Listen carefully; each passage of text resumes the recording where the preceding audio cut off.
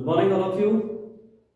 आज हम chapter number 1 halo alkanes और हेलो एरिन्स में आपको पेज नंबर 334 पर एक एग्जाम्पल नंबर 10.14 आपको दिया गया है। उसकी कुछ महत्वपूर्ण समीकरणों की चर्चा करेंगे। ठीक है, इसका बेनिफिट हमें होगा कि हमारी जो पीछे लेसन के अंदर इक्वेशंस आई हुई है वो सब हमें पुनः रिमाइंड हो जाए। तो मुझे ये क्वेश्चन थोड़ा महत्वपूर्ण सा लगा और मुझे लगा कि हम इसके माध्यम से हम पिछली इक्वेशंस को रिवाइज कर सकते हैं, इसलिए मैं इसको यहाँ पर डिस्कस कर रहा हूँ। बाकी और आपको छेड़ने की कोई आवश्यकता नहीं है। Come to the board. पहली समीकरण हमें दी हुई है, ये फिल इन द ब्लैंक्स हैं जो हमें फिल करने हैं। CH3 CH2 CS2 Cl की सोडियम आयोडाइड के साथ एसीटोन की उपस्थिति में अभिक्रिया कराई गई। तो आपने लेसन के अंदर एक इक्वेशन पढ़ी थी, फिंकल-स्टीन इक्वेशन, ये उसका एग्जाम्पल है। ठीक है, तो यहां पर क्या करेगा कि सोडियम इस क्लोरीन के साथ अभिक्रिया कर लेगा। ठीक, और सोडियम क्लोराइड अलग निकल जाएगा और जहां से क्लोरीन प्रतिस्थापित हुई है वहां पर क्या जुड़ जाएगा, आयोडीन।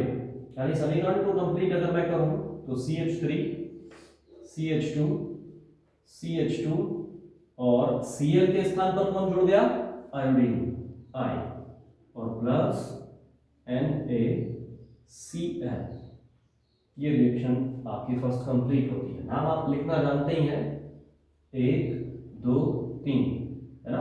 तो 3 कार्बन, पहले कार्बन पर क्या, आयोडीन, तो इसको क्या कह सकते हैं, आयोडोप्रोपेन। 3 कार्बन होने के कारण हमने इसे क्या कहा, प्रोपेन, तो नाम हो गया आयोडोप्रोपेन। आगे बढ़ते हैं। ये CH3 का होल थ्राइस CBr, इसकी KOH के साथ एथेनॉल की उपस्थिति में अभिक्रिया करा रखी है।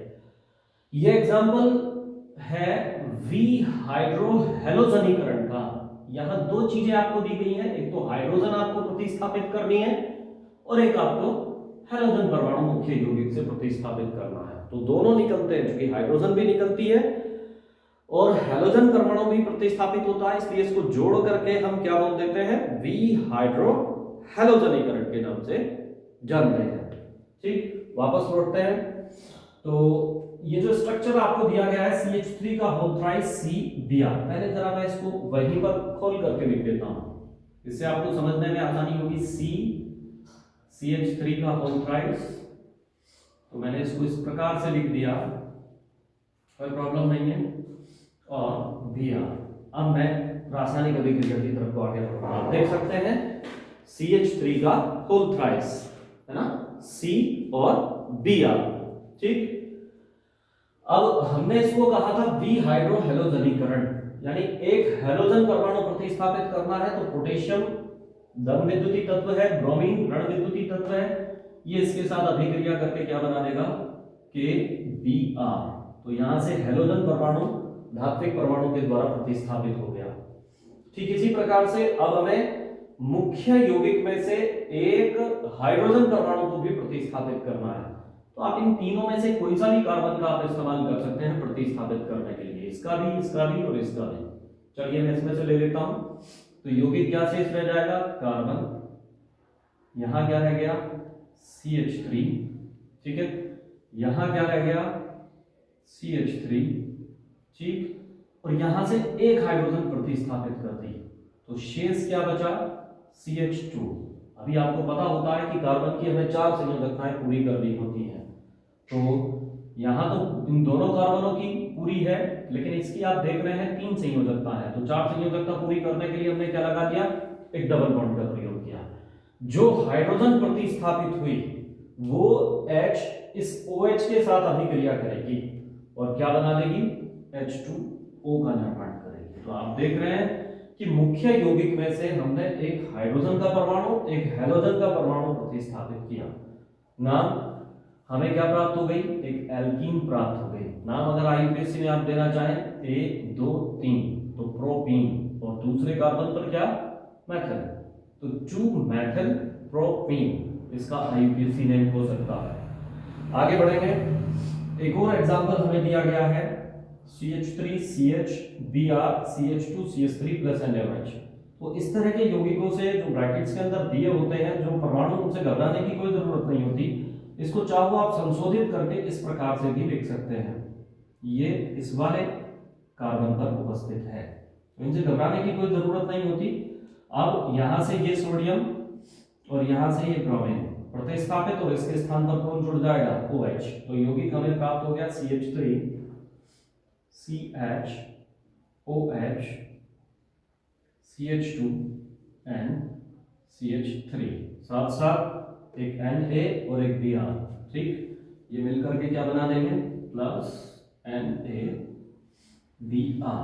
नाम की बात आती है तो 1 2 3 4 है ना, तो 4 कार्बन अर्थात ब्यूटेन, और दूसरे कार्बन पर हाइड्रोक्सिल समूह, नहीं बल्कि अल्कोहलिक समूह, तो इसको क्या बोलते हैं, ऑल। तो नाम हो गया इसका ब्यूटेन 2 ऑल। इसके बाद चौथी समीकरण की तरफ को चलते हैं, जो एग्जाम्पल है एक नाभिक रागी प्रतिस्थापन अभिक्रिया का, है ना। तो Cn आपको पता है, कार्बन पर यहाँ ऋणात्मक आवेश उपस्थित होता है, ठीक है। तो ये क्या करेगा, Cn इस ब्रोमीन को प्रतिस्थापित कर स्वयं इसके स्थान पर जुड़ जाएगा, और यौगिक बनेगा हमारा CH3 CH2 और Cn, ठीक। और प्लस ये के इस Br के साथ अभिक्रिया करके क्या बना देंगे, KBr। तो ये भी कंप्लीट हुआ।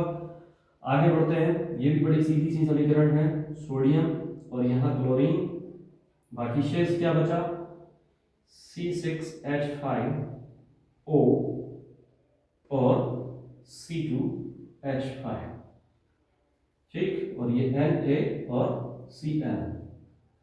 ये एग्जाम्पल है किसका, विलियमसन संश्लेषण का। ये भी हम पीछे डिस्कस कर चुके हैं विलियमसन संश्लेषण अभिक्रियाओं के बारे में। फिर यहां पर चलते हैं, आप इस अभिक्रिया को ध्यान से देखें, सल्फर SO और एक ऑक्सीजन SO2, ठीक है। एक हाइड्रोजन यहां से, एक क्लोरीन परमाणु यहां से HCl, और जो बाकी शेष बचा उसे लिखने की कोशिश करते हैं। क्या बचा, देखिएगा, CH3 CH2, चलिए इसके स्थान पर आप इसे भी हाइड्रोजन को इस्तेमाल कर सकते हैं, CH3 CH2 CH2, और एक Cl परमाणु यहां पर CH3 CH2 CH2, और एक क्लोरीन बची थी वो यहां पर जुड़ जाएगी, और बाकी SO और O यानी सल्फर डाइऑक्साइड, ठीक। और प्लस एक हाइड्रोजन और एक Cl परमाणु मिलकर के क्या बनाएंगे, HCl का निर्माण करेंगे। अब इन दो महत्वपूर्ण समीकरणों की ओर चलते हैं। तो आपने नियम पढ़े हैं, एक तो मार्कोनिकॉफ का नियम पढ़ाया मैंने, और एक एंटी मार्कोनिकॉफ का नियम। लेसन की शुरुआत में ही हम इन दोनों नियमों को डिस्कस कर चुके हैं। सबसे पहले मैं मार्कोनिकॉफ के नियम की बात करता हूं। मार्कोनिकॉफ के नियम में हाइड्रोजन परमाणु उस कार्बन से जाकर के जुड़ता है जिस पर हाइड्रोजन परमाणु की संख्या पहले से अधिक होती है। और यहां भी एक संशोधन मैं करना चाहूंगा कि डबल बॉन्ड से जुड़े हुए उन कार्बन परमाणुओं की कंपेयर हम करते हैं। पहले इस स्ट्रक्चर को थोड़ा सा खोल करके लिख लेना हमारे लिए सुविधाजनक रहेगा। CH3 CH double bond C, CH3 का होल ट्वाइस है ना, तो एक बार ऊपर एक बार नीचे। अब मैं इन दोनों कार्बन की कंपेयर करके चल रहा हूं। आप देखेंगे ये दोनों कार्बन डबल बॉन्ड से जुड़े हुए हैं। इन दोनों कार्बन में से जिस कार्बन पर हाइड्रोजन परमाणु की संख्या पहले से अधिक है उसी पर हाइड्रोजन का परमाणु जोड़ता है, ठीक। और बाकी जो हैलोजन परमाणु है वो उस पर जुड़ेगा जिस पर हाइड्रोजन परमाणुओं की संख्या कम होगी। तो यौगिक हमें क्या प्राप्त होगा, CH3। तो हाइड्रोजन यहां आकर के जुड़ा तो क्या बन गया, CH2, ठीक है। एक संयोजकता बढ़ गई तो बॉन्ड कम हो गया हमारा C, ठीक। और इस वाले कार्बन पर क्या जुड़ना है, Br, और यहां पर क्या था, CH3 और CH3।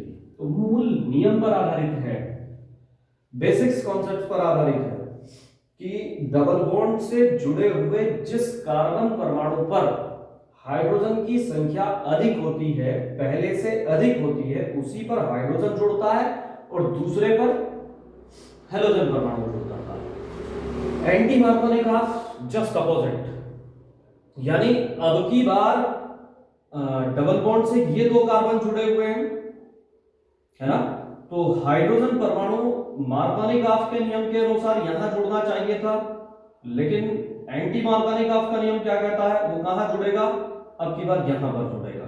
ठीक, तो यौगिक हमें क्या प्राप्त होगा, CH3 CH2 CH और एक हाइड्रोजन और जुड़ा ना, ठीक, तो यहां क्या हो गया CH2, राइट, एक बॉन्ड कम हो गया और CH2 और इस पर Br।